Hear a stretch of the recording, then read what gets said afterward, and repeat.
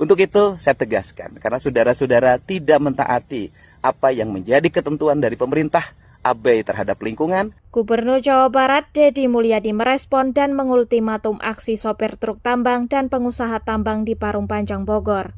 Konflik berkepanjangan antara warga dan pengusaha tambang di Parung Panjang, Bogor masih belum menemui titik terang.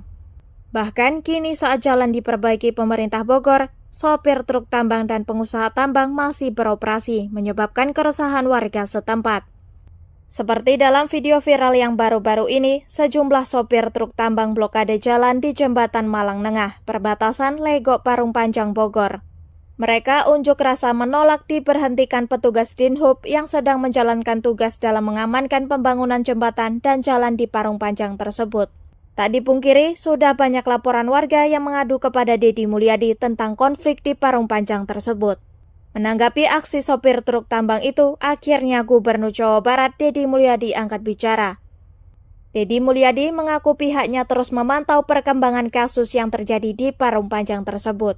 Deddy mengatakan petugas kewalahan karena truk yang mengangkut material tambang tidak menaati ketentuan jam operasional yang telah ditetapkan pemerintah Kabupaten Bogor. Gubernur Jabar itu pun menyentil pengusaha tambang yang lebih mengutamakan usaha ketimbang memperhatikan aspek sosial dan lingkungan.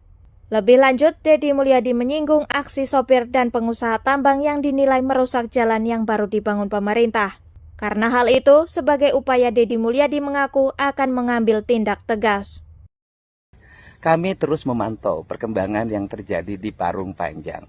Petugas kewalahan karena truk-truk yang mengangkut bahan material batu dan bahan material lainnya tidak mentaati ketentuan jam operasional yang ditetapkan oleh pemerintah Kabupaten Bogor. Masyarakat mengalami stres, konflik sosial terjadi. Dan saya melihat bahwa para pengusaha abai terhadap apa yang menjadi ketentuan pemerintah. Mementingkan kepentingan usaha lebih utama ternyata dibanding memperhatikan aspek sosial dan lingkungan. Dan jalan yang dibangun oleh pemerintah Provinsi Jawa Barat yang baru beberapa hari sudah diinjak. Tentunya ini akan merusak kualitas bangunan dan menghancurkan jalan dalam waktu cepat. Jembatan sedang diperbaiki oleh pemerintah Kabupaten Bogor. Jalan juga sedang diperbaiki oleh pemerintah Kabupaten Bogor. Kalau selama pembangunan ternyata produksi terus berjalan, maka pembangunan tidak akan ada arti. Pemerintah membuang uang dengan percuma, ratusan miliar jumlahnya.